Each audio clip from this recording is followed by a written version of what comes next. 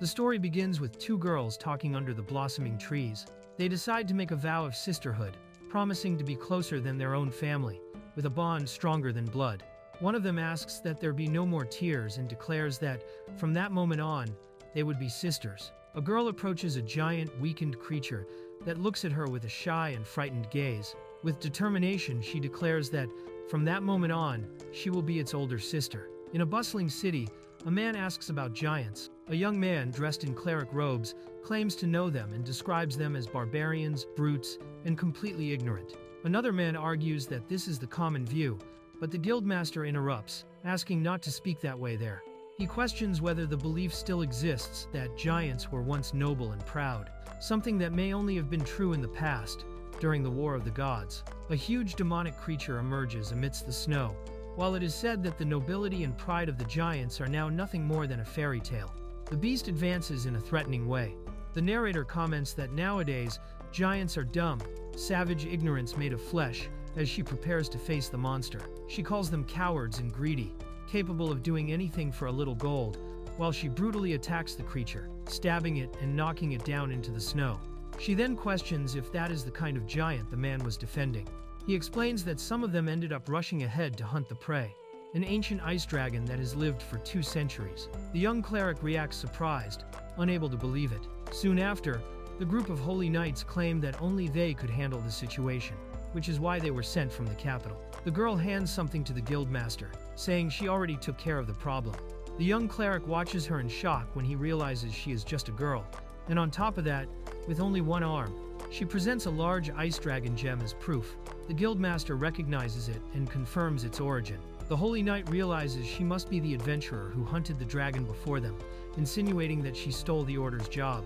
The tension grows, but the guildmaster tries to calm the situation and keep the conversation civilized. The girl apologizes politely, saying she did not intend to steal their work, but asks forgiveness if that happened. Her good manners and refined posture surprise the knight, who wonders if she might be a fallen noble. He then replies that, in fact, it is he who should apologize. The young man introduces himself as Nathaniel Dias, one of the 12 paladins of the Church of the Sacred Guidance. He comments that he heard people from another world, like her, are blessed by the goddess with extraordinary abilities and asks what gift she received. The girl, surprised by the question, hesitates to answer, then reveals that she refused the gift offered by the goddess. Respectfully, she adds that the word cheater sounds ugly, and reminds that cheaters never prosper, leaving Nathaniel surprised. He says she only managed to defeat the dragon because of a trick, and questions who would refuse the favor of a goddess. Accusing her of mocking a paladin, he also insults the giants as slow and stupid. The provocation angers the guildmaster, who rebukes him with a slap. The girl then points a knife at Nathaniel, demanding that he take back what he said, declaring that for giants, honor is everything. Nathaniel, unfazed, warns her that even as a joke, one should never point a blade at a knight, while the guildmaster tries to calm the situation. One of Nathaniel's men grabs her arm and easily pulls the knife away, while the paladin warns her of the consequences. In a provocative tone, he asks what honor she was talking about, leaving her visibly uncomfortable. Suddenly, a huge arm breaks through the wall, spreading debris everywhere. A strong blonde woman enters, calling Hinako her older sister. Hinako introduces her as Ellis, her younger sister, and reveals that they both belong to the Kyugoku clan. Ellis introduces herself as the smallest giant among the clans. Hinako reminds Nathaniel that he asked what the giant's honor was, and determined, she prepares to show the answer in practice. Ellis tries to calm her, saying that despite their pride, giants are also fair and show mercy to the weak. Hinako agrees, but asks Nathaniel if he came from the capital. He confirms and, with a serious look, states that mercy for the weak is over. Hinako asks Nathaniel if he knows a person from another world called Junko Hidaka, or any giant from the Gorm clan. She explains that she is searching for missing relatives, revealing that Junko would be her older sister and Ellis's blood relative. Nathaniel replies that he does not know Junko or anyone from the Gorm clan, apologizing for not being able to help more. Hinako asks the guildmaster to deduct the repair costs from the reward, and Nathaniel leaves, watching her from afar and commenting to himself. Meanwhile, a loud scream echoes, drawing everyone's attention. Ellis asks her sister to avoid getting into dangerous situations. Hinako replies that, as the older sister, the giant's rules of honor also apply to her. Ellis agrees, but corrects her posture, telling her to keep the right step when walking. Hinako answers that good manners build character, and that her rules also apply to Ellis. Surprised and touched, Ellis praises her for moving with agility and grace, mocking the earlier comment that giants are slow. Hinako scolds her again, making Ellis apologize in embarrassment. Later, Ellis is about to say something, but gives up and tells her sister to forget it. Elsewhere, Nathaniel appears before a group of grotesque creatures, ordering them to pose as members of a giant girl's family. He then talks to a monstrous giant that eats raw meat, who declares he no longer has clan, relatives, or honor, caring only for gold or flesh. Back with the sisters, Ellis stretches carelessly and comments on how hunting dragons is troublesome and cold, happy to finally sleep indoors. Hinako scolds her for being immodest, making her embarrassed. While taking care of her sister's hair, Hinako says they need more oil and suggests spending the night in a real inn, but Ellis refuses, saying she sleeps better beside her. Moved, Hinako accepts. Ellis asks about Hinako's older sister. Hinako explains that the Gorm clan is nomadic, but believes someone in the capital might know something. She reflects that if she was summoned to this world, her sister must also be here, since they were both run over by the same train before arriving. Ellis expresses hope, and Hinako confidently assures they will find her. When Hinako goes outside to fetch water, she is attacked from behind and knocked unconscious. The aggressors comment that she is from another world and supposedly has special powers, which is why they were instructed to capture her. A memory surfaces of a church, where another girl called her sister and begged her to stay forever, while Hinako, uncomfortable, resisted.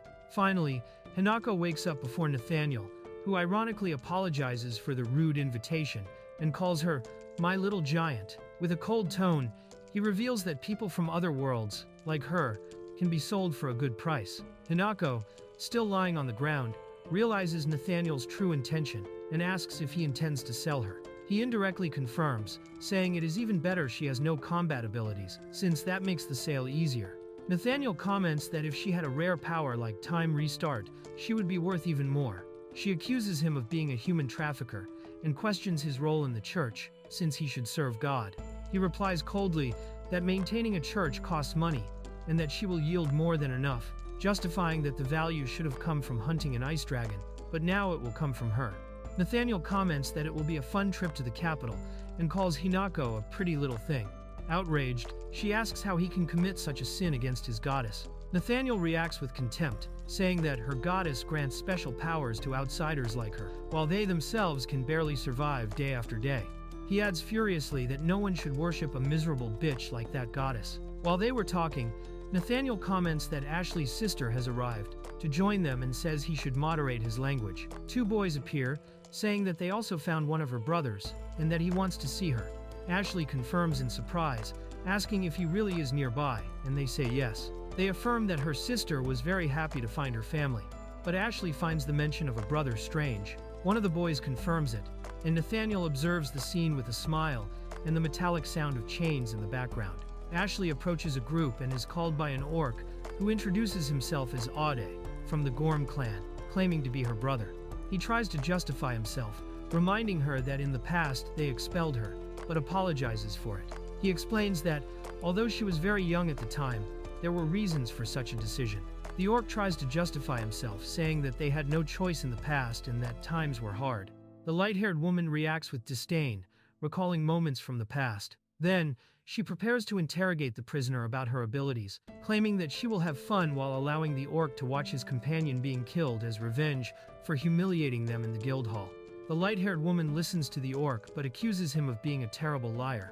She comments that it would be nice if his words were true, but states that in her clan no one speaks that way, showing a firm look and ready to act. The light-haired woman delivers a powerful kick to the orc's face, causing a devastating impact and spraying blood. The spectators are shocked by the scene, while the orc, wounded, faces the situation with an expression of pain and surprise. The woman swings her weapon with force, releasing a devastating strike that cuts through everything ahead, hitting the orc head-on. The impact destroys part of the surroundings and throws debris everywhere. The orc screams in pain as those present react in astonishment to the attack. The warrior notices something and prepares to act, while her sister asks her not to do anything reckless. She assures that she will go there as soon as she finishes her fight. In the background, flames consume the place, indicating that the battle is still far from over. The wounded enemy threatens, saying that the church will hunt them down if she is killed, But the other armed woman ignores her and claims to know her type very well. She says that people like that hide behind vows, bonds, faith, and promises, using them as a shield without a second thought. The woman declares that the opponent is a despicable and inhuman being, which makes her their enemy. In the background, a dark and threatening figure appears, startling the adversary. At a train station, one girl asks the other if she no longer wants them to be like sisters. The reply comes coldly, saying that she will graduate next month and that they should stop playing house. The light-haired girl is surprised and reminds her that she turned her back on God because of her, questioning the promise that their bond was stronger than blood. The light-haired girl reacts with mockery, telling the other to give it a rest and calling her naive, a typical rich girl who cannot tell reality from fantasy. She admits that she only made her her sister because everyone at school did it, and besides, the money was a bonus. She still calls her a goody two-shoes and says she should never have chosen her as a sister, while the other questions the reason for that decision. At the moment a train approaches, the light-haired girl is pushed onto the tracks, left in shock and unable to understand what just happened. She looks frightened, while the other watches the scene with a dark and intense expression. The long-haired girl calls out to her older sister, worried about her condition. The other replies that she is fine and asks if she is also unharmed. After confirming that she is, they comment that the giant they faced was a fake and that he was not one of the real siblings. Ellis is comforted by her companion, who tells her to cheer up and assures her that everything is fine. The woman reminds her that both were abandoned by their relatives, but promises to find them. She praises Ellis for being brave, honorable, and above all, proud, making the girl smile and laugh lightly. As they walk through the snow, Ellis comments that her sister is a giant in body and spirit. The other seems distracted but says it is just a slight chill. Ellis jokes, saying that if even a heroine is feeling shivers, maybe they are facing something big, like a demon or even a demon lord.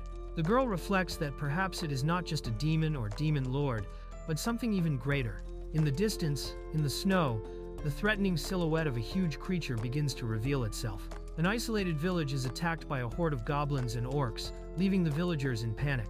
While some question the reason for the attack, others run to seek help at the nearest guild, which is half a day away.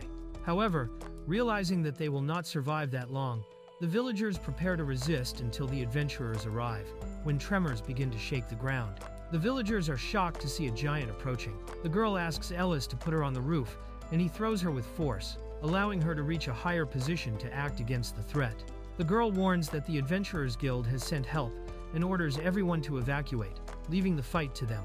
From the top of the roof, she asks Ellis if they should face the enemies. Ellis confidently confirms, informing that the monsters are coming from the north, all small, with none of medium or large size. Villagers recognize the duo, commenting that the adventurer is from another world and is accompanied by a giant. They call her the smallest giant. While Ellis prepares to fight with her weapon in hand, orcs advance toward a girl, who reacts surprised to see civilians in danger. Determined, she activates her ability, Alchemic Arms, and charges to face the creatures head-on. The girl quickly defeats the nearby enemies and ensures she will take care of them, asking the civilians to flee. She then coordinates with Ellis so that she covers the northwest, while she herself takes the center and east of the battlefield. In a tavern, a man arrives breathless warning about a horde of monsters attacking his village. He reports that they are resisting with everything they have, but will not last much longer. Another man comments that even with reinforcements, they would not make it in time because of the mountains. The girl suggests that perhaps the stride of a giant might be useful. After defeating most of the enemies, Ellis comments that her sister must be tired, but she replies that she only gave orders and that the real effort was Ellis's. Even exhausted and breathless, Ellis downplays it, saying that running through the mountains was the real training. Ellis observes the field full of defeated enemies and comments that one could hardly call that a fight. She acknowledges that they did not do everything alone, as a human also helped, driving the monsters away. The villagers celebrate and warmly thank the human hero, stating that they would all be dead without him. They invite him to a feast in his honor. Meanwhile, Ellis and her sister comment on the respectful way he is treated, raising the possibility that it is because he is a hero or because he is a half-human, something Ellis admits she has never seen before. Ellis explains that in this world, the title of hero used to refer to warriors who fought for humanity against the Demon King, but nowadays it is used for anyone from another world. She comments that these outsiders arrive with special powers and are surrounded by flattery and pompous titles, pointing out that the humans of this world are cunning, as they have just witnessed.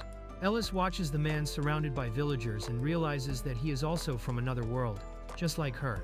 Curious, he wonders who the girl at his side was, while the village remains in a festive atmosphere after the battle.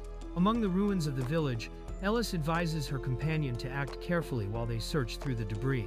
Upon finding her, she explains that she was not at the party because she came to help, reminding her that they were hired for a job and that cleaning up after the battle was also part of it. The boy, noticing the school uniform, asks if the girl is also Japanese. She indirectly confirms, asking if he knows Juniko Hidaka, but he says he does not recognize the name. He then comments that she is the first giant he has ever seen, and she replies that she is sorry she cannot help. The girl reveals that she has been in this world for 2 years, but has still not found any clues about how to return. The boy says he arrived 6 months ago, and tells her that he was brought after saving a girl who was almost run over by a truck. Surprised by the situation, he comments that he feels like he is in a light novel of reincarnation in a world of swords and magic, wondering if he is dreaming. The boy asks if she knows light novels or at least watched anime, but the girl, embarrassed, admits that she does not know much about matters of the earthly world. He realizes by the way she speaks and moves that she probably comes from a noble family. Trying to cover up the subject, he laughs, saying it is just otaku nonsense, but reflects that it must be difficult to live that way, especially there. He comments that he wishes her sister, Junko Hidaka, were around to help. He then reflects that reality is harsh, even when it seems like a fantasy. She remains silent, and then thinks that it is good to meet someone going through the same situation as she is. While they talk, she asks what kind of people are reborn in stories and anime. He replies that most of the time, it is sudden deaths, such as car accidents or exhaustion at work. She questions about suicides or homicides followed by suicide. Then, she mentions that she was the one who pushed someone off the platform, leaving him surprised. The girl, with a dark expression and drenched in rain, reveals in a trembling voice, "I am a murderer." The boy, shocked, stares at her in silence, not knowing how to react. She lowers her head, saying that she did something unforgivable. The boy, confused, asks the reason. She states that even so, murder is murder and that not even God would forgive her.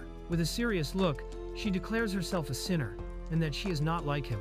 The boy tries to respond but is interrupted by a man calling for the giant. He says that a child is getting worse, although the chief had said that all villagers were safe. Surprised, the boy asks which child he is talking about, while the girl pulls him by the arm to go check. When they enter a barn improvised as an infirmary, the boy sees several wounded lying on the ground. The girl approaches one of them and offers a potion, explaining that it will help relieve the pain. The injured man questions the cost, but she insists that it is not a problem. The boy watches the scene, surprised by her attitude. The girl comforts a severely injured boy, who calls for his mother while crying. The protagonist observes the scene, deeply moved. When asking about the child's parents, a man explains that he is an orphan, with no mother or father, and that everyone there are singles or wanderers who were forced to fight on the front line. The wounded boy calls for his mother and says that he is in pain. The girl approaches, takes him into her arms, and embraces him tenderly, offering comfort in his final moments. The boy, weak and hurt, asks if she is really his mother and why she left him. Crying, he says that he waited for her forever. The girl holds him tightly in her arms, confirming that she is there, while hugging him in silence, giving him solace in his last moments. She holds the boy firmly and apologizes, promising never to leave him again. While he, frightened and feeling cold, says that it is dark, she comforts him by saying that soon he will be with God, in a warm place, with food and kind people. The boy, already weak, thanks her and says he hopes what she said is real, and that they will let him into that place. Calling her a kind lady, he closes his eyes, while she remains silent, holding him until the end. She comforts the boy, saying that heaven and God are real, asking him not to worry.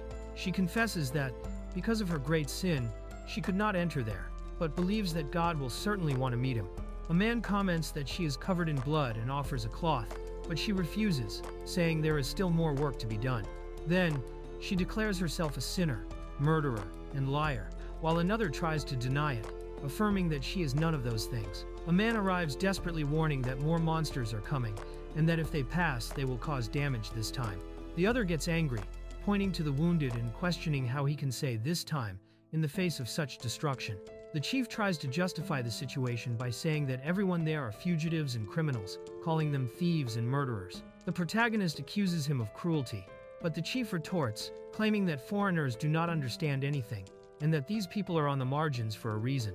The chief says that since shelter was offered to the wounded, they should repay it by helping. The braided-haired girl interrupts and offers to stop the next wave, calling the other her older sister, and asking to go together. Surprised and relieved, the chief thanks them, satisfied to be able to count on true adventurers. The woman refuses the thanks, saying that she is only doing her job. Ellis tries to hand her a cloth to clean herself, but she refuses, claiming she does not care about the blood. When Ellis insists, she replies that it was not about that. Ellis explains that the cloth was for the man to clean his hand, since he had touched something filthy. This surprises everyone, and the young man apologizes on behalf of his sister. The girl comments that Ellis was never good at lying, which makes the man uncomfortable. She then reminds them that if the enemies take the village, the wounded will be the first to be left behind. With that, she decides along with Ellis that it is time to drive out the demons. She thinks of the boy who just died, saying that he is on his way to meet God, and decides to clear the path so that his journey will be peaceful. Determined, she orders that no enemy block this passage and that all goblins be exterminated to the last. Ellis charges alone against the goblins, cutting down all in her path. After the battle, she observes the field full of defeated enemies and calmly begins to clean her weapon. The young man thanks her for the help and questions why, being a sinner, liar, and murderer, she helped the boy and did not let the villagers die. She replies that she only did the job she was hired for, but her companion hints that this is not the whole truth. The elven warrior says that she must be an example of how to live without shame, affirming that this is the role of an older sister. The young man asks the girl what she will do next, also questioning whether, upon finding the sister she is looking for, she will truly seek revenge. The girl says that she does not know what she will do when she finds her sister, if she will apologize or kill her again, or even if her sister will kill her. She states that this will be decided when they meet. The young man responds that he will accept nothing less than that, and that neither of them will back down. The young man watches in silence as the girl walks away. The scene then shows the blonde woman walking alone along a trail at the top of a cliff, with a vast mountain landscape in the background. While walking along a mountain path, the blonde elf seems thoughtful and worried. Ellis asks if her sister is all right, but she admits she is far from being a good example, recalling that she killed her own sister and lied to a boy on the verge of death. The blonde replies that, being a giant, she does not fully understand human morality. The blonde explains that among giants, it is considered honorable to kill those who stain their pride. She declares that from now on, the two of them are sisters. Reflecting on the boy who died, she comments that he managed to reunite with his mother in the end, and that, to her, this is equivalent to having saved him. As she says this, she continues her solitary walk along the road. Two giants reprimand Ellis, calling him foolish, weak, useless, and worst of all, small. Still, they say that blood is blood, and so he will have another chance. They order him to be useful, not to shame them, and to keep his head down. As they are taken away, Ellis, with tears in his eyes, reaches out and begs them not to leave him, calling them brothers and sisters. A girl approaches the giant, asking what she is doing. With a smile, the giant replies that it is laundry day, while hanging a large cloth to dry in the open air. The giant continues hanging the clothes, revealing a huge amount of them, which surprises the girl watching from a distance. Meanwhile, another young girl sleeps peacefully, unaware of the scene. The girl comments that the other fell asleep and explains that they are waiting for the clothes to dry. Then, she decides to use fire magic to speed up the process, surprising the giant, who is impressed to discover that the girl can use magic. The excited girl says that her mother says she has a special talent for magic, and that the more magic marks a person has, the stronger they become. The giant comments that only 1 in 100 people can use magic, and the girl brags that her marks go up to her elbow, allowing her to use fire and water spells, something most cannot do. She also says that, according to her teacher, one day she might even hear the spirits of the magic itself. The giant asks if, when she grows up, the girl will become a sorceress. The girl replies yes, because she comes from a big family, and, if she becomes a great sorceress, she will be able to help everyone. She says that she has an older sister and many brothers, both older and younger. The giant smiles, tells her to keep valuing her family, and comments that it is a very beautiful feeling. The giant asks if they are leaving the city, and Hinako confirms. An introduction appears. Hinako Kyaku, human, from another world. Role of older sister, adventurer, without tricks. Ellis Kyugoku Naguba, giant, role of younger sister. Hinako comments that they obtained all the gold and information they wanted, but there is still a small problem to solve before leaving. Hinako comments that she does not want to cause confusion, but fears that the church will send someone after them. Granbar explains that they seek revenge for any offense. Blitz adds that they use strange weapons of ancient technology, while Sarah states that they are difficult to deal with and consider themselves superior to others, which arouses hatred in others. Ellis shows an ancient weapon she found while burying a paladin and thinks about selling it. Hinako is surprised and asks why she had that. Ellis comments that she does not feel any magic energy in it, seeming like just an ordinary staff, but she does not want to keep anything that could attract the church's attention. Ellis tests the staff and fires a beam that pierces through the ceiling and shoots into the sky, surprising the people on the street. Seeing the damage caused, she understands why that weapon could be dangerous. While they comment on the power of the weapon tested, Hinako notes that the enemy used something less dangerous against her. In the hall, everyone celebrates and jokes with Ellis, praising her size and the money she carries. Hinako thanks them for the hospitality and announces that she and her sister will pay the bill and the repairs, leaving the atmosphere festive. Ellis is asked if she will be fine with church nights after her. She replies that if she were alone, she would worry, but she is not, because she trusts and is proud of her older sister, Hinako, who smiles upon hearing this. Ellis begins to cry desperately, apologizing to her sister. She blames herself, saying that if she had been a better sister, she would not have allowed her to be captured, and that it was all her fault for putting Hinako in danger. Ellis, crying, asks if her sister still needs her. Hinako watches from afar and comments that despite her size, her sister is very crybaby. Feeling guilty, Hinako admits that she should be the one to apologize, because she depends on Ellis for everything, and cannot even wipe her own tears. Ellis, touched, says that Hinako is not a bad sister, and remembers that she was accepted as part of the family. Determined, she promises to become stronger to protect Hinako, and never again let her be in danger, saying she will crush anyone who tries to approach her. Hinako watches in silence, moved by her sister's words. Ellis remembers that she used to smile, but appears sad while being treated coldly by a group. They tell her that they have already eaten and order her to gather the leftovers. Hungry, she asks if she can eat something, and one of them says there are still scraps, if she wants them. While eating a piece of bread, Ellis notices that the payment division is wrong, and questions the men, saying that her share should be double, according to the previous agreement.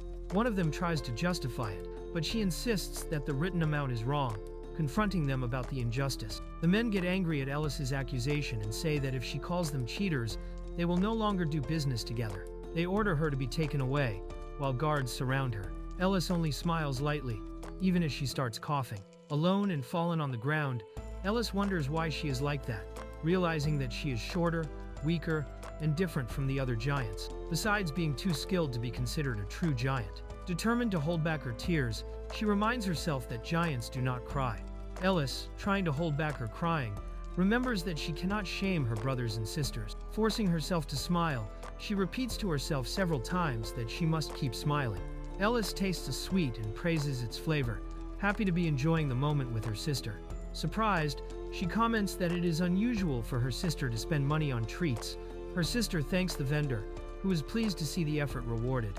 Before leaving, the older sister offers the sweet that Ellis had been eyeing, explaining that she wanted to share it with her. Ellis comments that it must be expensive and notices that her portion carried a lot of sugar.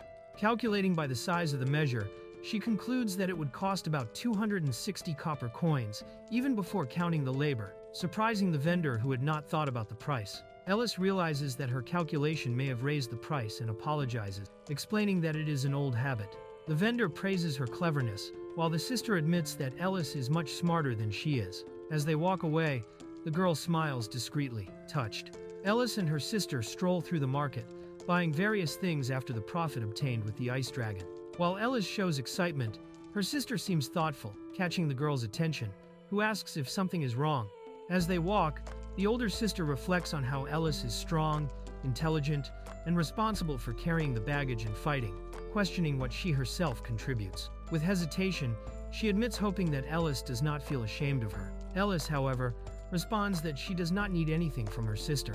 Ellis smiles with tears in her eyes and says that her sister already does a lot for her, without needing to change anything. The sister, moved, apologizes and promises never again to say otherwise. Ellis, still emotional, decides to punish her sister, ordering her to choose a new outfit. The sister tries to refuse, saying that the ones she has are already fine. But Ellis insists, pointing out that they are worn out and that they hardly bought anything for her that day. Ellis insists that they will buy at the best place in the city, justifying that it is safer, while her sister suggests looking for something cheaper. She warns that, for someone from another world, it is not easy to understand the danger of walking unarmed, even to a clothing store. Ellis insists that her sister buy several tailored clothes and carry extra pieces, in addition to asking her to ring the bell if something happens. The sister, smiling, accepts but comments that Ellis can be quite bossy for a younger sister. Then, alone, her smile softens, revealing a moment of contained emotion. While walking down the street, the younger sister notices a group of mysterious figures appearing on the rooftops around them. One of them, apparently the leader, comments that it was about time they showed up. The atmosphere becomes tense, and the elf remains attentive to the enemy's movements. The masked man praises the elf's perception, noting that she detected them quickly. He introduces himself as Philippi Caesarea, human paladin of the Church of Sacred Guidance and Supreme Mage. Recognizing her skills, he comments that he understands how she managed to defeat his allies. The elf, wiping her tears, replies that it is a habit to stay alert, especially to protect her sister, letting slip a confident smile. The elf accuses the masked man's brother of ambushing her sister with the intention of raping and selling her. The man, surprised and disappointed, laments, recognizing that his brother Nathaniel sinned, shaming himself and staining the church's name. The masked man comments that, since his brother failed to complete the act, the shame may spread. He criticizes the fact that Nathaniel lost to someone like her, after getting involved with other worlds and giants. Finally, he states that now it is up to them to correct the mistakes made. The masked man reveals his partially mechanical body, affirming that her sister will be ambushed, violated, and sold, as had been planned. The elf, surprised and confused, asks what happened to his body. The man reveals that he is the fifth strongest among the paladins of the church, and that he holds the title of High Mage. He explains that only 1 in 100 has an aptitude for magic, 1 in 1,000 can become a mage, and only 1 in 10,000 is worthy of being a High Mage. The elf watches him closely, surprised by the revelation. He reveals that his body is coated with ancient armor, and that magical marks cover every part of it. These marks amplify his magical powers to a gigantic scale, making him even more dangerous. The man affirms that for a giant, size is synonymous with strength. He displays his weapons and begins to speak, exalting greatness of humanity, of the church, and of his own magic, proclaiming that greatness rules the world. Meanwhile, the girl hears her name being called in the background. The enemy declares that her size does not matter, and that his power is superior, ordering her to die along with the outsider from another world. He then shouts for the giant to die, while she stares at him with determination. Ellis is called to come closer and observe something, but shows nervousness for not dealing well with heights. Upon reaching the edge, she asks what she should do, while staring at the cliff and the vastness ahead. As Ellis approaches the edge, one of the men suddenly pushes her off the cliff. Surprised and without reaction, she begins to fall, while the two watch from above without showing remorse. From the top of the cliff, one of the men bids farewell coldly, telling Ellis that he holds no resentment, calling her sister. She continues plummeting toward the valley, while the scene pulls away and shows the immense height and the isolated place where she will fall. Wounded and breathless after the fall, Ellis tries to understand what happened. Confused for still being alive, she questions the reason for being pushed, and if it was because she was not useful. In tears, she looks around and asks herself why her brothers did this to her. Desperate, Ellis reaches out and begs her brothers and sisters not to abandon her. Crying, she promises to work harder and push herself to the limit, swearing that she will smile even more, even amid pain and humiliation. A dark and imposing being, the Jinn, is summoned, emerging with a threatening presence in the sky. He prepares to attack while the opponent stares firmly, ready for the confrontation. Around them, soldiers watch the scene with tension. The enemy watches in disbelief as Ellis summons multiple elemental spirits: Gnome, Undine, Salamander, Will-o'-the-Wisp, and shades something he believed impossible for a giant. Her magical energy grows rapidly, surprising everyone. He, confused and alarmed, asks what she really is, while the identification reveals Ellis Kyugoku Naguba, race, giant, role, younger sister, class still undefined. Ellis's class is revealed as Giant Wizard, showing her wielding her staff with mystical marks across her body and a determined expression, ready to unleash her magical power. The enemies, shocked, realize that Ellis's colossal body is covered in magical marks. The sight is so impressive that one of them compares her to a true demon lord in the flesh. Ellis walks down the street until she is called by someone. Turning around, she sees her sister approaching, and smiling, responds that it was no trouble, saying that it was fine to have waited for her. Ellis cheerfully praises her sister's look, saying it looks perfect on her. Even when the sister claims it is the same outfit as always, Ellis insists that she looks even more charming. Playfully, she pulls her sister close, drawing laughter, while the other, embarrassed, comments that Ellis always exaggerates. Ellis's sister notices a strange smell of burnt meat and comments on it. Ellis suggests that maybe it is just a big barbecue happening nearby. Concerned about not dirtying the new clothes her sister likes, she offers her own cloak to protect her, receiving a comment that she is being kind but will end up dirtying herself. Ellis, smiling, tells her sister not to worry, assuring that if any ash falls on her, she will clean it. She states that this is what younger sisters are for, showing affection and protection while watching the city in the background, with ashes beginning to fall from the sky. Ellis, a little embarrassed, asks to see the map, saying that she almost already understands how to read it. Her sister points out that they have already passed by the same tree 3 times and suggests that she should guide the way. The two argue playfully, with Ellis insisting for a bit longer and her sister asking her to hand over the map quickly. The two observe the enormous world tree in the distance. The older sister comments that she will never get used to that size and wonders what lies at the base. Ellis says they should head a little further east, while the other is surprised, thinking she would already have been told about that. Ellis explains that right below the world tree lies the Demon King's castle, center of the demonic empire, and that around it humans and demons have fought for ages for control of the lands at the foot of the tree.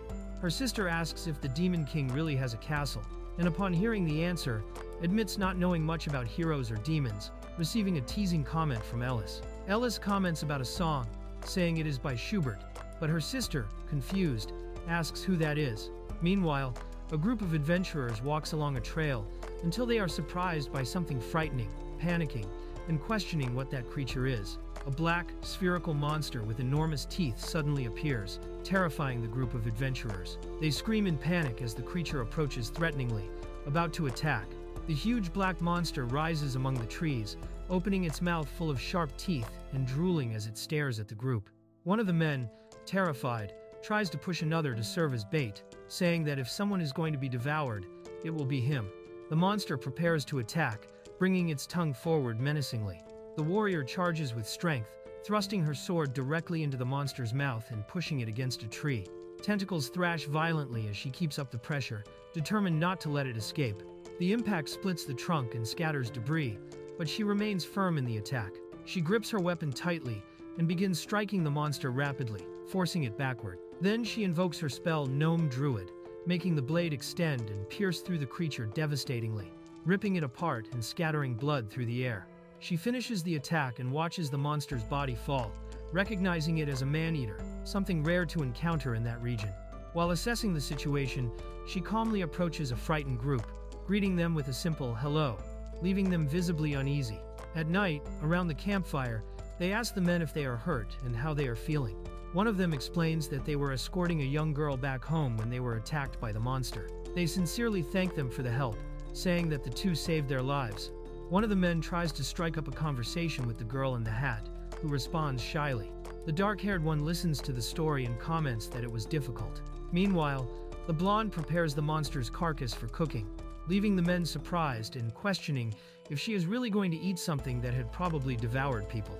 The blonde explains that man-eaters were mass-produced during the wars between humans and demons, but that humans are not their main food source, but rather enemies for fighting for the demons. She compares the situation to eating vegetables grown in manure, saying that there may even be some insects mixed in, but that she removed what was buried in the creature's entrails. Meanwhile, the dark-haired girl states that, for them, eating is a matter of life or death, but understands that the others feel uneasy, since the monster had killed one of their friends. The blonde comments that she spends most of her adventurer earnings just on food, especially since she is a giant. She admits that it does not make things easier for her younger sister, who replies with a smile. Meanwhile, two men whisper, saying that the smaller one is the one who really benefits from this partnership. The girl in the hat asks if it isn't difficult for the other to live at the top without having power of her own. Those present react surprised at the provocation. The girl questions Ellis about being stronger, smarter, or a better leader than her sister, receiving negative answers to all. Ellis admits to depending on her, and even making simple mistakes. Ellis acknowledges her flaws and says that she is not the older sister because she is strong or amazing, but because she does not believe that a person's worth depends only on their abilities. Ellis states that she would do anything for her younger sister, putting her whole heart into it. Soon after, they are invited for a bath in the river, but the girl in the hat refuses. The girl in the hat reflects on Ellis's words. While some men plan something suspicious, they comment that if they kidnap the older sister, it will be easy and even more advantageous since she is from another world. The girl questions the slave trader about attacking the two women who had saved their lives, but he replies that it is not by his own will. He explains that upon seeing a well-presented foreigner with a giant at her side, all he can see is money. While one of the men sarcastically talks about the women's quick bath, he notices something strange. Just ahead, several huge and threatening creatures appear, surrounding the area. The giant uses her skills to warm the water, creating the ideal temperature for the bath. Ellis thanks her, and the two share a friendly moment before starting to relax. During the bath, the giant accidentally splashes Ellis with water. Despite the scare and her hurried apology, Ellis assures her that it is fine, just a little wet. While enjoying the bath, Ellis comments on the work it would be to prepare everything manually. But the giant says that thanks to her magic, it is something simple. She thanks her for having learned that from Ellis, and reflects that she almost lost the chance to enjoy this luxury.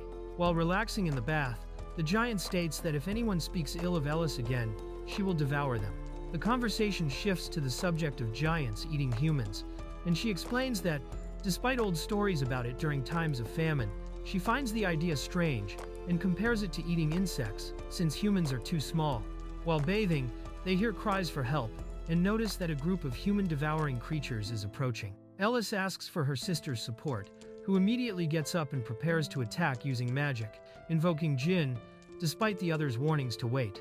The two run naked into battle, launching quick attacks against the creatures. The monsters, with huge mouths, advance and quickly surround the men who had been planning something against them. In moments, one of them is swallowed by one of the giant beasts, as the scene turns into pure chaos. Ellis quickly stands, protecting the smaller girl in her arms as she faces the approaching creatures. The giant reacts upon seeing the danger, invoking her magic and shouting the name Undine.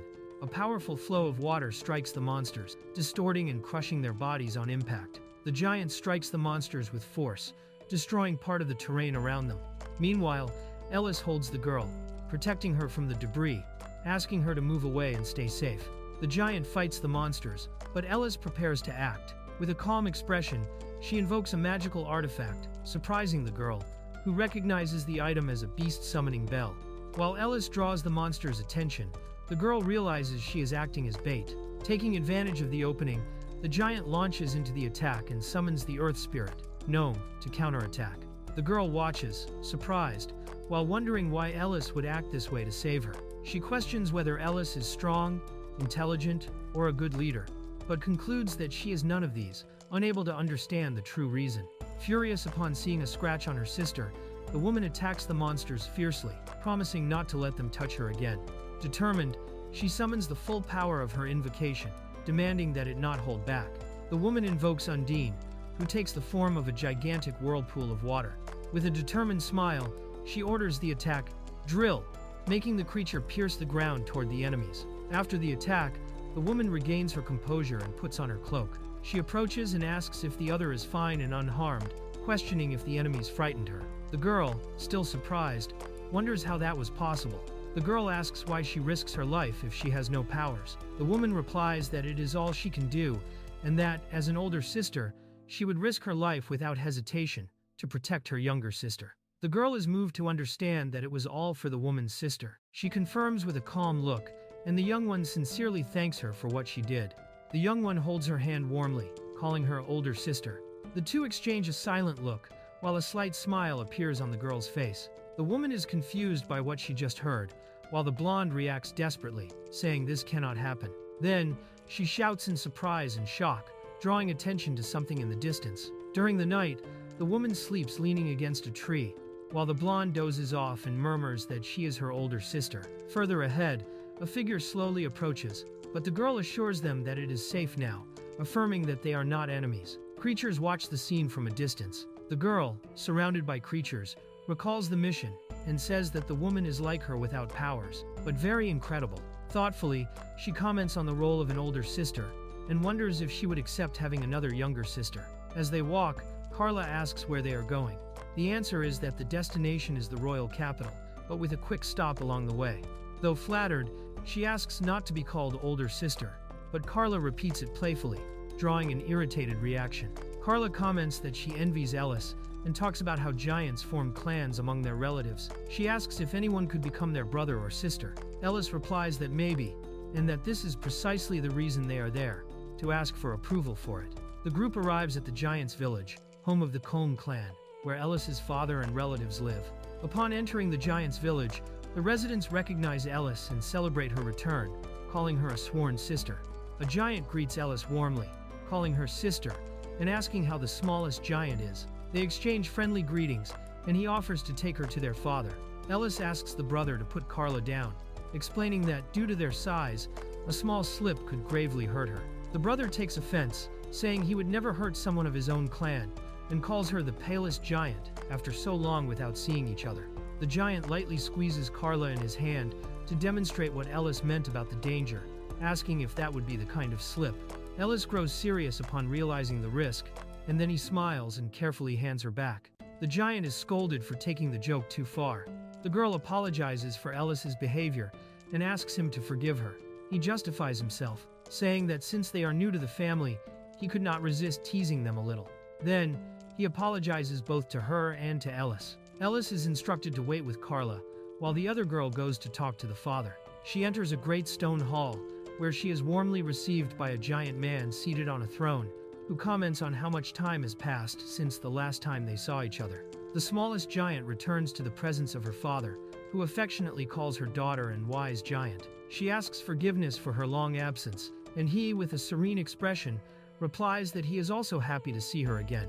While some giants work and others talk, Ellis remains distant, sitting alone and watching. Carla approaches and asks if she is not going to talk with the other giants, leaving Ellis visibly surprised. Carla directly asks if Ellis hates giants, even being one herself. Ellis, uncomfortable, comments that the way she speaks is rude regardless of the words used, and questions how Carla was raised to be that way. Carla tries to justify herself by saying that she had a normal upbringing in the castle. Ellis comments that giants were brave, proud, and honorable, but claims that this is only an old tale from when the gods went to war. Ellis explains that, because they are large and without natural enemies, giants do not need to produce anything, living as raiding tribes. They destroy everything in one place and then move to the next, acting like locusts, looking down on others and not realizing their own cruelty. Carla observes that the giants there do not seem cruel, and that all have honest jobs in human territory. It is explained that this was only possible because the older sister intervened, creating means for them to get jobs as a way of repaying their acceptance into the clan. Upon joining the group, she received the title of smallest giant, something considered an insult among them. Ellis explains that the title smallest giant is meant to be an insult, just as in the old clan they called her the palest. For giants, brute strength is everything, and even long-range weapons, or the use of magic, which is practically taboo, are seen as cowardice. Therefore, even with what they say, they do not consider Ellis and her sister as real members of the clan. A giant appears defending Ellis, saying that he cannot stand by listening to all of that and calling her sister, which catches her attention. Meanwhile, before the father, the woman hears him conclude that she wishes to bring a new brother into the family. Ellis watches silently as the woman explains to the father that she does not want to cause problems for her main family, but wants to give Ellis a place to call home. The giant reflects, saying that a bigger clan is a better clan, but understands that it would be wrong to expand it only out of whim. The man assures that there is no reason for concern and allows her to receive the new member with his blessing. She thanks him, admitting that her ego made her think she might even harm her own family. He replies that he values these formalities and is proud to have a daughter capable of understanding them, reminding her that she already proved this when she accepted to drink from his saucer. The man and the giant woman stare at each other with tension, while the girl asks confused why they suddenly started fighting. He replies casually, telling her not to worry, because that is the way giants communicate. The giant recalls the moment when they sealed the bond by drinking together, explaining that, in the ceremony, the father passed his cup to her. For them, it was just a sip, but for a human, the amount was enormous. They say that they told her she could pretend to drink just to fulfill the ritual, but the girl kept drinking for an entire week. Even while feeling sick, she insisted, until the others asked her to stop, saying that she did not need to drink for real. During the ritual, she picks something up from the ground and begins chewing it with effort, leaving everyone surprised. In the end, she apologizes, clearly embarrassed by the situation. With tears in her eyes and her face dirty, she apologizes for having spilled from the cup that symbolizes the bond with her father. One of the giants, impressed, comments that it was truly something remarkable. She reflects that many were upset for having accepted the drink, but she did it to prove them wrong. The leader declares that he is happy to call her sister, and says that, if he dies, Ellis will assume command of the Kyogoku clan, asking her to maintain good relations with the clan, even after his departure. She, on her knees, begs her father to take care of Ellis as he takes care of her. Crying, the other says that all she needs is her older sister, rejecting new bonds or the idea of joining the giants. Holding the other tightly, the giant tells him to stop talking nonsense. He declares that his sister, the smallest of the giants, has shown everyone just how great she truly is. The giant pushes the other aside and says that the girl only thinks about him, while he only thinks of himself. He insists that, for the sake of his own clan, he also needs to grow, asking if he understands. The leader observes that she wants the girl to grow and mature. He calls her the smallest giant, and asks if she herself does not also need to grow. He then tells her to forget vengeance, abandon hatred, and forgive, stating that this is the only path. Hinako calls the leader father, and asks if he knows what it is like to see the greatest love turn into deadly hatred. He replies that he does, and she concludes that then he understands. Hinako reflects that love and hate cannot simply be cast aside. She admits that she cannot truly hate her, but she also cannot genuinely forgive her. Hinako approaches the place, being greeted by Paleste, who asks if she is finished. Observing the situation, Hinako scolds her brother, while Paleste remains visibly shaken. Hinako warns them not to overdo their jokes with Ellis, asking that they treat her more carefully. After receiving her brother's confirmation, she tells Carla that their father approved the idea of having a new sister, leaving Carla surprised and excited. Hinako explains that a sworn oath of sisterhood creates a bond stronger than blood, and if accepted, Carla will become part of the clan. She says that if both sisters agree, Carla may join the family that very day, leaving her surprised and emotional. Hinako announces that Ellis will have her own little sister, surprising Carla.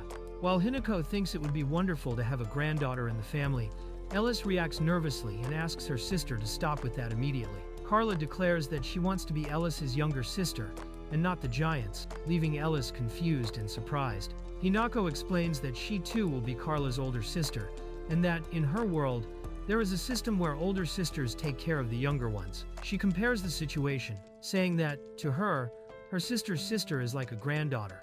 Ellis and Carla stare tensely at each other, but Ellis, visibly uncomfortable, refuses the proposal, saying she will pass. A young man informs the seated man that Hinako has already left and suggests that next time they return, they should receive them more warmly.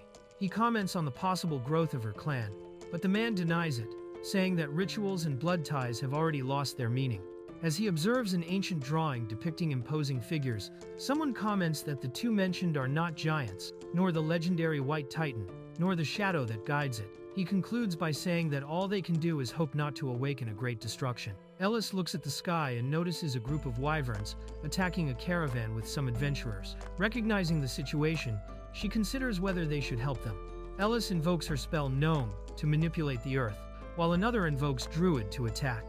They hope no one will complain for having taken the prey, but if it happens, they are ready to deal with it. Ellis fires a powerful arrow toward the wyverns, drawing the creature's attention. One of the monsters reacts surprised at the sudden attack. The arrow hits the wyvern directly, knocking it down hard to the ground. The adventurers, frightened and confused, try to understand what is happening until they notice someone enormous on top of the hill, and are astonished at that person's size. Takeru, excited, thanks for the help and introduces himself, revealing that he thought he was going to be wyvern food. He asks if the girl is also from another world. Hinako, smiling, confirms her name as Hinako Kyugoku. During the conversation, Takeru comments that this is his first adventure, but he thinks he made a mistake in choosing his cheat upon arriving in this new world. He explains that he chose the ability Death Reset, which allows him to travel through time, but admits he did not think much about the fact that he needs to die in order to use it. Takeru seems to have an expression of alertness and concern, as if he had noticed something strange. He looks around and then asks Ellis if she has felt anything unusual since entering the caravan, suggesting that he suspects a possible strange or dangerous situation. Takeru explains to Ellis that if she feels anything strange, like a sense of déjà vu, she should tell him immediately. Before she can answer, he suddenly jumps to a higher position, drawing everyone's attention. With a serious expression, he points and describes something disturbing.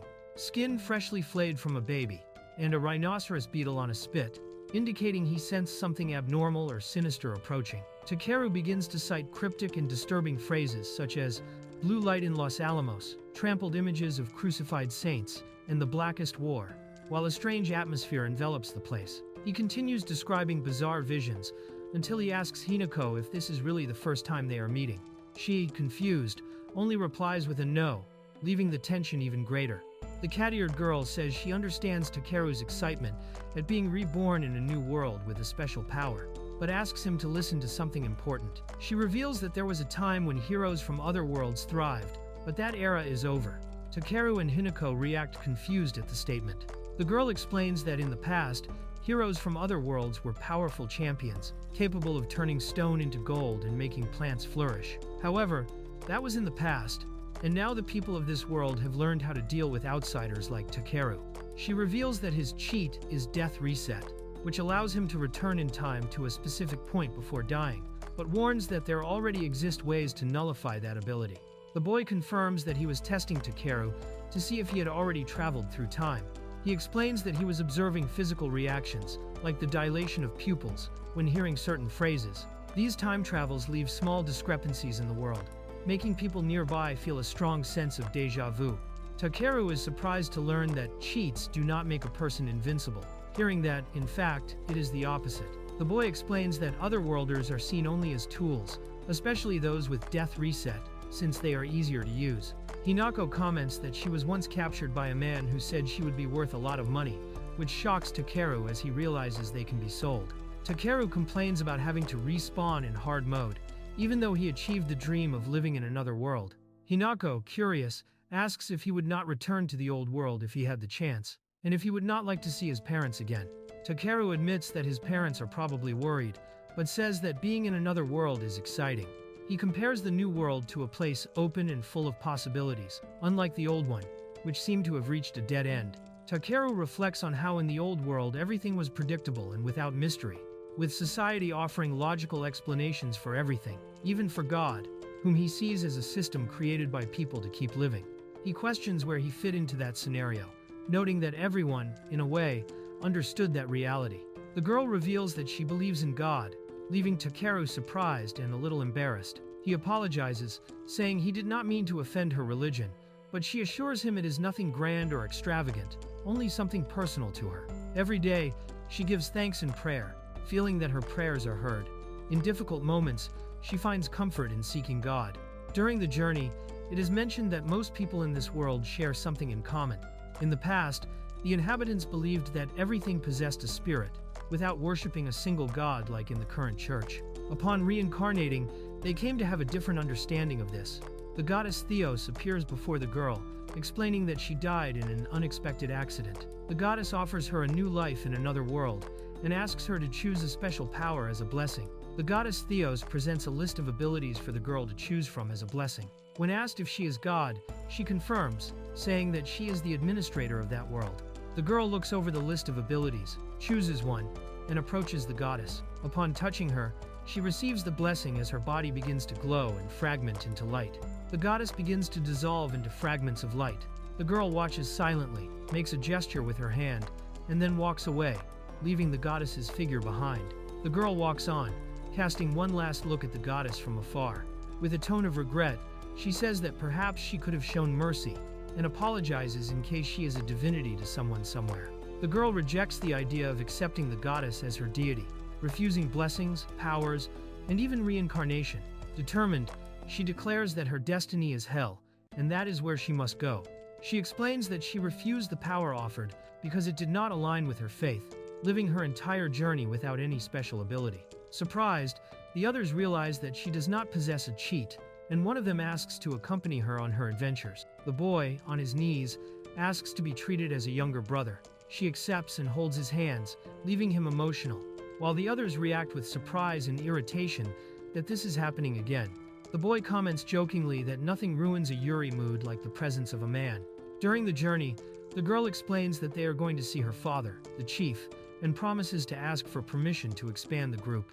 He, however, says that he will not be able to accompany them now, and that he will stay with the caravan until they reach the capital. She says that perhaps they will meet again in the capital with good news, and that they can talk more. Excited, the boy hugs her in gratitude. Then, she also directs her words to Carla, asking for confirmation. The boy apologizes and warns that, if they discover she is from another world, some people may try to take advantage, even using death as a tool in missions. He recommends avoiding certain dangerous elves and, if necessary, to use her abilities to escape, for being captured would mean a fate worse than death. The boy replies that he will be careful. Then, he watches in silence as the caravan continues on its journey, growing thoughtful on the wagon seat. Two women approach and call the boy's attention, asking if this is his first time visiting the capital. Surprised and a little embarrassed, he confirms that it is. The sharp-eared woman comments that she heard he is a hero from another world and begins to tease him, praising him and drawing close in a suggestive way. Embarrassed, he explains that the true otherworlder was the woman who had left, since he wanted to ask her many questions. He also reveals that he had barely left his village before and had never met anyone like that. The women lament that he is not a hero, saying they would have invited him to the group. Embarrassed, he apologizes for not being able to take advantage of the opportunity, while one of them comments that she is envious. The two women, close and smiling, remark that it must be nice to be a hero from another world, while the boy, flustered, tries to handle the situation. The boy is taken by two women to a dark and damp place. There, a man comments that he is still fresh and may be useful, hurrying to prepare him before the chief of the High Elves arrives, while the young one watches in confusion and apprehension. The man places bloody human limbs on the table, leaving the boy in shock. Trembling, he asks whose arms and legs those were, clearly terrified by the situation. The man, covered in blood and exhausted, stops what he was doing when he notices the early arrival of his chief, an imposing figure with long hair and pointed ears. Nervous, he says he is almost finished with the work and that everything is ready. The chief scolds the man, saying he will personally handle the procedure. The subordinate fears that the victim might choose to die out of fear, which would ruin their plans, but the chief considers that, in that case, he could simply replace him, commenting that he is young and still fresh. The chief holds the terrified boy and asks if he enjoyed the time he spent in that world. He reminds him that just mentioning his origin made beautiful women approach him, without asking for anything in return, praising him and wearing provocative clothing. Then he asks if he knows the reason behind all that, denying that it was due to greed or the search for gold. The chief explains that people from other worlds receive great powers and take pride in their individual strength, but he emphasizes that humans thrive in groups. He says that knowledge, tools, religions, and ideas make humans the most powerful species, and that these achievements also serve to quickly eliminate all non-humans, including demi-humans, demons, and people from other worlds. The chief questions whether the boy saw himself as a pioneer, armed to conquer a new world and bring his values to people he considered inferior. He asks if he regarded the inhabitants there as savages and, in a sarcastic tone, says that the truth is exactly the opposite. The creature states that the boy is a gift sent from above, thanking God for it. He declares that no part of him will be wasted, making clear his dark intentions for the boy's fate. The boy falls into despair, screaming for help and calling for his mother, begging even God to save him, while the sense of imminent danger consumes him. The group arrives in front of the massive city gates, announcing their arrival at the royal capital, Van Diemen's. From an elevated point, the character observes the royal capital, where a gigantic structure shaped like a ship or fortress lies tilted and partially destroyed in the middle of the city. Upon seeing the structure in the city, the girl asks what it is, discovering that it is a castle. Surprised that she didn't know, the others laugh and comment that they will have to teach her, joking about her lack of knowledge even though she is called Big Sister. The girl claims that in her world there were many castles like that, surprising the others, who had never heard of another civilization so advanced. They explain that those structures are, in fact, ships from an ancient civilization, around which nations and castles were built. Embarrassed, the girl admits that she lied about knowing castles like that, only so as not to seem ignorant. Meanwhile, the group approaches the massive gates of the capital. As they approach the gates of the capital, they notice there is a line to enter, but some pass directly. It is explained that the Church of Holy Guidance has great influence there, which results in more discrimination against demi-humans and stricter inspections. Ellis is warned not to cause trouble, but reacts upon hearing about discrimination. When trying to enter the city, a guard blocks Ellis's passage, calling her a giant and stating that, although people from other worlds and demi-humans are accepted, giants are considered monsters or demons and would not be allowed in the capital. This creates immediate tension within the group. The guards provoke and try to prevent their entry, calling them filth. Ellis revolts, claiming that giants have pride, but is restrained by her companions. The situation escalates when the soldiers accuse the group of resisting, ready to attack, until an authoritative voice orders everyone to lower their weapons immediately. When the guards continue defying, one of the young men shows an emblem revealing his noble identity. He declares that the girls are his friends and that demi-humans are not rare in the borderlands. Frightened, the soldiers recognize the crest as belonging to Marquis Bernardone, Lord of the Border Territories of strategic importance. The guards, alarmed, ask if the crest is truly genuine. The young man states that they insulted his friends and did not understand his attempts at reconciliation. He then suggests another way to repair the situation. Since there is always a shortage of men on the battlefronts against demons, he decides to send the guards as replacements, leaving them in panic at hearing this. The guards, terrified by the threat, kneel and beg forgiveness from the young woman. The group finally enters the capital, and Carla sighs in relief, while the others move on after the tension at the gate. The young woman reveals that she does not belong to such an important family, being only the daughter of a minor noble house. She says that when she decided to travel, she was lent the crest of her acquaintance, Marquis Bernardone. She realizes that it was probably that crest that the slavers who tried to capture her were targeting. They comment about the young woman being the daughter of a noble from the lands near the demonic borders, and are surprised that she is traveling alone. Admiring her, they highlight how incredible it was to survive on her own, since even the last city where they worked was close to that dangerous region. She, however, hesitates and answers evasively. Ellis is scolded by Carla, who asks her to be quiet and just give thanks. Then, Ellis apologizes and Carla accepts, saying it was nothing. Soon after, as they move forward, Carla confirms she is fine, but emphasizes that there is something more important to deal with. Carla asks that no one look at the creature hidden in the alley, where several tentacled forms are coiled along the walls and spread across the ground. Meanwhile, in the city, the enormous floating ship stands out in the sky, drawing the attention of the crowd gathered in the streets. The streets of the capital are crowded with people in stalls, all gathered for a great event. Carla explains that it is the Eclipse Festival, a special celebration that attracts crowds. Meanwhile, Ellis is surprised to discover that in that world, solar eclipses also exist, pondering how even such phenomena happen there. Ellis tries to buy a large piece of roasted meat at one of the stalls, but the seller laughs and questions if she could eat it all by herself. When she asks the price, the man points to a sign behind the counter, making it clear, "No dogs or demi-humans." The discriminatory rule immediately shocks Ellis and Carla. Ellis becomes overly excited with everything around, jumping and rushing through the capital's streets, drawing much attention from people. Some look at her strangely, while Carla, tired, asks her to calm down. The girl with the hat comments breathlessly that she understands her excitement, but reminds her they are in the capital and must maintain composure. The group walks through the city when the girl with the hat notices a commotion and points to an auction happening nearby. In a nearby shop, they find displayed clothes and recognize the uniform the boy used to wear. Realizing he may have changed clothes to avoid being recognized, Carla remembers they had arranged to meet him there, remaining attentive not to lose track of him. The city is filled with a large crowd around the festival, with stalls, decorations, and a prepared stage. Ellis observes everything from atop a roof, and with a confident smile, tells the group that from there, they could watch the event without drawing attention, taking advantage of the elevated position. In the central square, the crowd gathers excitedly, moving between stalls and events. In a reserved space, well-dressed men watch everything with interest, highlighting the importance of the occasion. The group notices that most people are there to attend the auction, where rare items and valuable weapons would likely be sold, which alone was already a great spectacle. On the stage of the Eclipse Festival auction, the presenter enthusiastically announces the final and most awaited item. He assures the crowd that it is a legendary treasure, something rare and indispensable for any adventurer. The audience watches eagerly, impressed by the promise of an artifact, capable even of defying death itself. The presenter dramatically pulls off the cloth, revealing the final auction item, a mysterious block with a metal handle on top.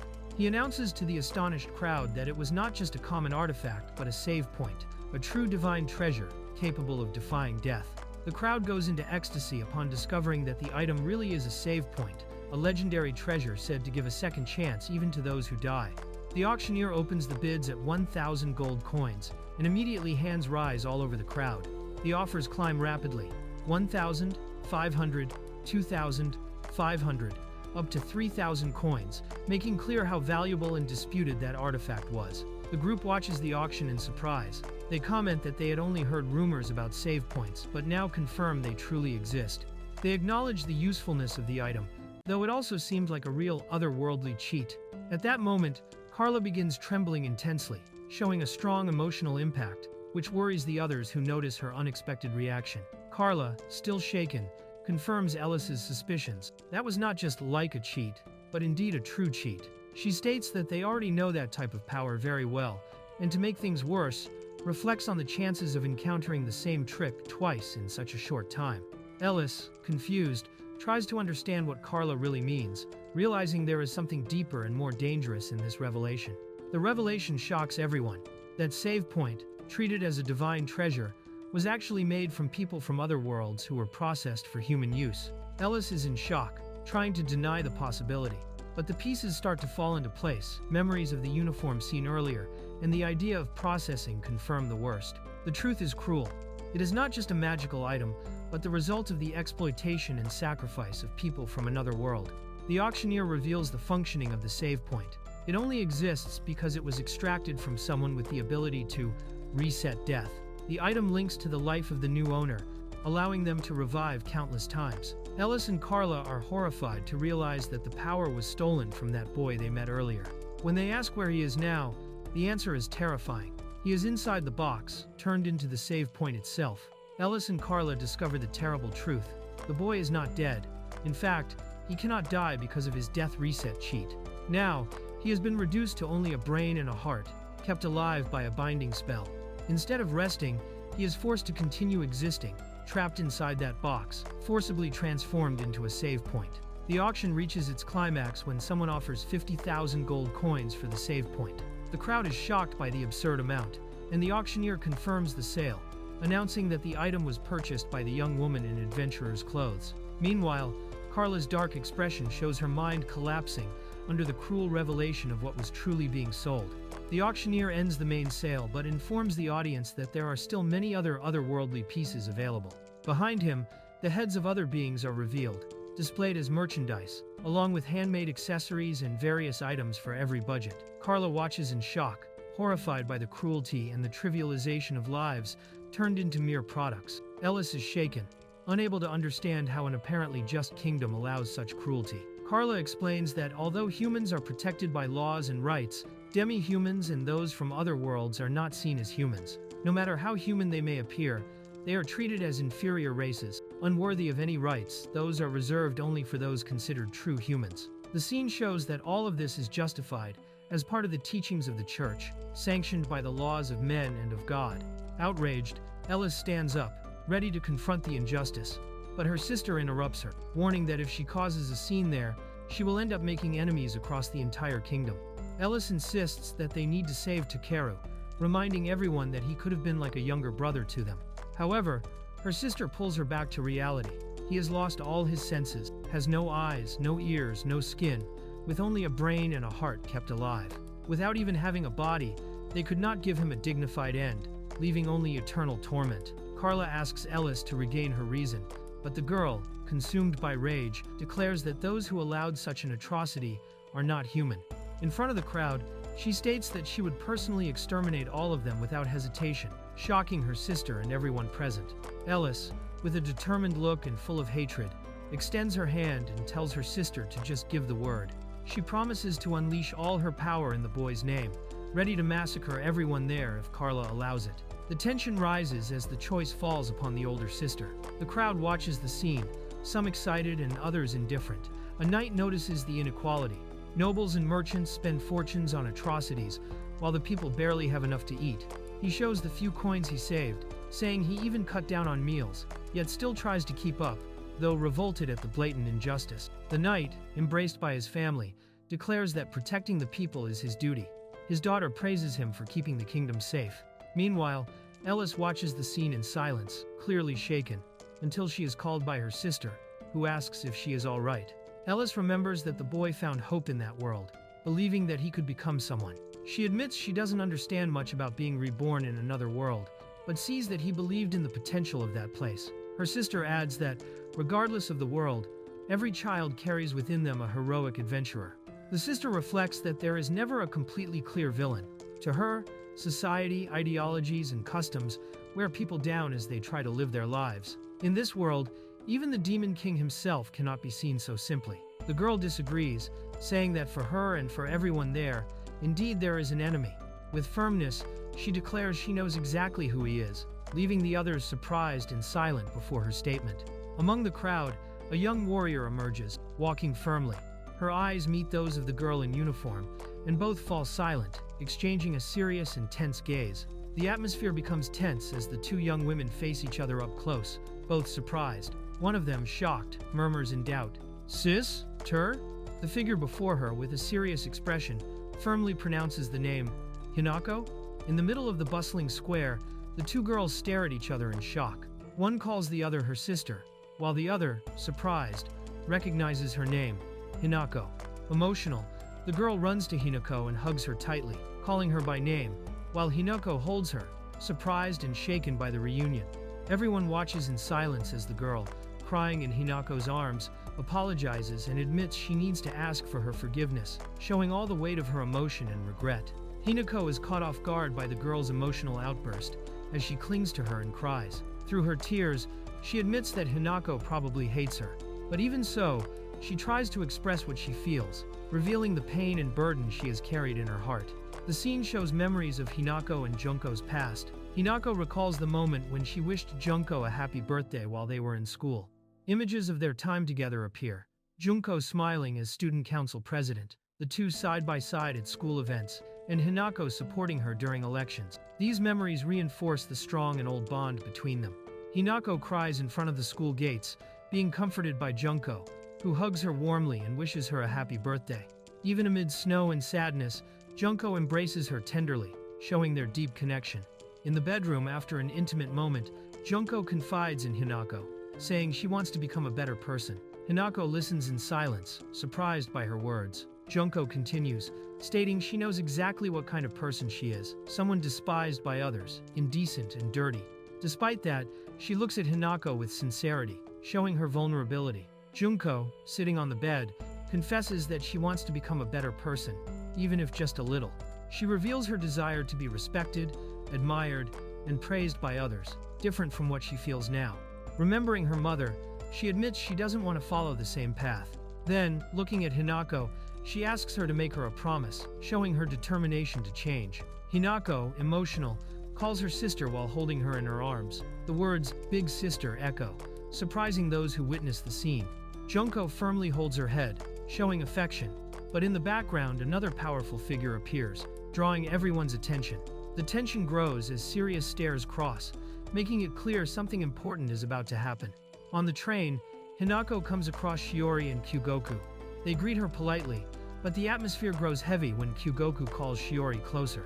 Hinako is left speechless, visibly shaken, as she watches the scene, unable to express what she feels. Hinako tries to justify, recalling that her sister had explained that all of that was like a social club, something like training for adult life, almost like an arranged meeting.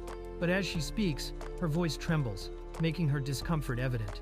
Meanwhile, Shiori is taken away alongside Kyugoku, who holds her protectively. He then looks at Hinako and states that the fault was neither hers nor Shiori's, but their own, leaving Hinako even more shaken and confused by the situation.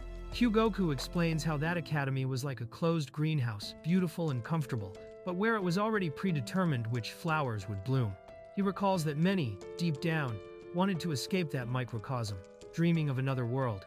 The luxury, paid meeting halls within the school community itself were a dangerous temptation for young people like them, something that seemed exciting and new. Shiori adds, saying that the sister only presented the idea, giving a little push outside that bubble. In the end, the two conclude that the true fault was not hers, but theirs, for turning their backs on the right path. Munakata tries to justify himself, saying he knew nothing and apologizing. The other young man, holding Shiori, comments that she has compassion, since she would never let someone hurt her own sister. However, he declares that Munakata is not worthy of Shiori, and says they will be together, even if in hell. Meanwhile, the train approaches the platform. Munakata launches a powerful magical attack against the enemy, hitting him squarely with the sphere of energy, leaving him gravely wounded and stunned at the force of the strike. The narrator informs that train service was suspended due to an accident on the tracks. Meanwhile, Munakata, injured and weakened, faces the antagonist up close, exchanging intense stares in a moment of critical tension. Rescuers arrive at the accident site early in the morning, noticing body parts scattered along the tracks. One of them notes that the victim is wearing the uniform of the Hill Girls Academy. Amid the scene, they find someone still showing signs of life, heightening the tension of the rescue. The scene shows a painful reflection, where one of the characters asks to stop playing house, revealing exhaustion and disillusionment. Soon after, she surrenders to an intense and sincere hug, showing fragility and a longing for true support. The characters' exchange looks filled with emotion. One lowers her face in silence, while the other watches with a shaken expression. The tension in the air shows a mixture of sadness, regret, and vulnerability, revealing that something deep is about to be decided between them. After the reunion, the two sisters face each other. With a cold smile, one declares she will kill the other, who responds with the same threat.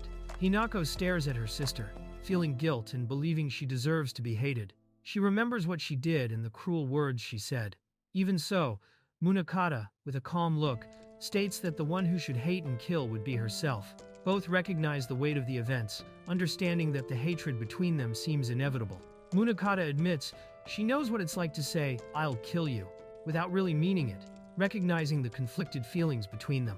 Instead of continuing the tension, Hinako shifts the mood, suggesting they go to a cafe to talk more. Soon after, she introduces Hinako to Wendy as her younger sister. Hinako is surprised by Carla's arrival.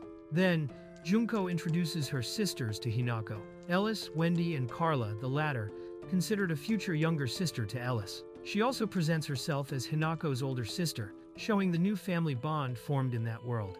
While they watch Junko talking normally with Hinako, Wendy and Ellis question themselves. Wendy wonders if Junko really forgave Hinako and if she still has feelings for her. Despite the doubts, both notice that the atmosphere between the two seems calm and friendly. Wendy sees a black cat crossing the path, followed by the silhouette of a familiar figure. A shiver runs through her body as she realizes she has seen that scene before. The sense of déjà vu puts her on alert. Wendy realizes the déjà vu and shouts for Ellis to be careful. She suspects it is a time jump. While the group stays alert, the mysterious figure walks away calmly, muttering the enigmatic phrase, "A rhinoceros beetle on a skewer." The mysterious figure walks slowly, uttering disconnected and symbolic phrases like "blue light in Los Alamos" and "an origami unicorn." The group watches tensely, and Wendy, worried, asks Ellis to be careful, making the imminent danger and the growing air of mystery clear. Ellis reveals that Junko has gone back in time, at least 3 times. The situation draws the others' attention, who notice the pattern and deduce it is no coincidence. One of them asks directly, "Is your cheat resetting death?" To which Junko replies, "Number." The tension rises, everyone now aware of the power she hides. Ellis discovers that Junko was the one who bought the save point at the auction. The revelation shocks everyone. Wendy is stunned, while Junko remains silent, looking down, without denying it. The confirmation makes clear the reason for the time loops. Junko reveals that she knows the truth about Ellis. She is a demon. She then accuses her of hiding human devourers in the city's sewers and alleys, shocking everyone by exposing this secret publicly. The accusations against Ellis intensify. They reveal that she has demonic horns hidden under her hat and claim she is involved with human devourers. To make things worse, Junko declares that Ellis's true goal is to kidnap Hinako, leaving everyone stunned, especially Hinako herself. The elder sister decides to put an end to the confusion. Tired of the games and lies, she faces everyone firmly and declares that Hinako, who is at the center of it all, is actually her younger brother. With that, she calmly demands that Ellis return him, shocking everyone with the unexpected revelation. The elder sister remains firm and direct, revealing that this conversation has already happened several times and that everyone already knows what is at stake. Hinako. She exposes that there is no longer any reason for pretenses and wants to simplify everything. Hinako, shaken, tries to explain herself but is interrupted by her sister's cold statement. Despite thinking a lot about it, she simply cannot forgive Ellis. The elder sister coldly declares that, no matter which path they take, she will kill her sister again. Ellis, visibly shaken, confirms that she will do it because she promised. The atmosphere grows heavy, and another character watches silently, commenting on how, every single time, she always decides so quickly without hesitation.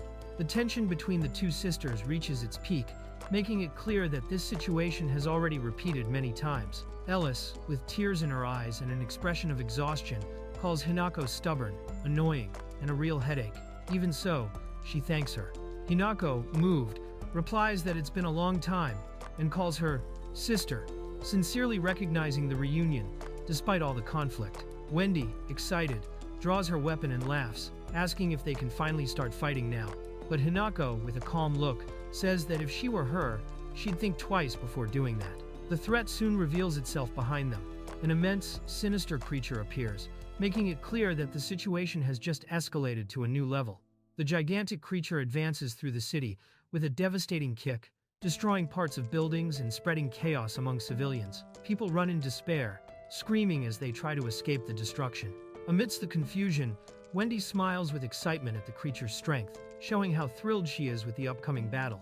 In the middle of the chaos, Carla shouts to her ally to explain everything later and to take care of the elder sister. She warns that she will face Junko Hidaka, leaving her determination clear. The other girl agrees but warns Carla to be ready, because the fight is going to be serious. Both head into their respective battles, with the tension rising. Ellis prepares to attack with everything, but she is warned that if she kills her opponent, everything will reset. Annoyed, she decides to leave her half-dead instead, and leaps into the fight with full force, stirring commotion throughout the city. Ellis attacks with brutal strength, hurling her opponent against a building and making everything shake. Hinako and the others watch the scene in shock, while civilians around them panic. Ellis is stunned to realize that her attack only destroyed the enemy's avatar. The opponent's true form emerges from the shadows, revealing power and confidence, mocking her for underestimating her. Hinako realizes that the enemy is of a superior race, and that the previous body was only an avatar. The true form begins to emerge, much larger and more threatening, making it clear that the real fight is only just beginning. The true form of the enemy appears, a giant and menacing monster. Hinako watches, wounded, while the city falls into panic before this new threat. The four face each other with seriousness. Now, they are all ready to fight with their true forms, with no more restrictions.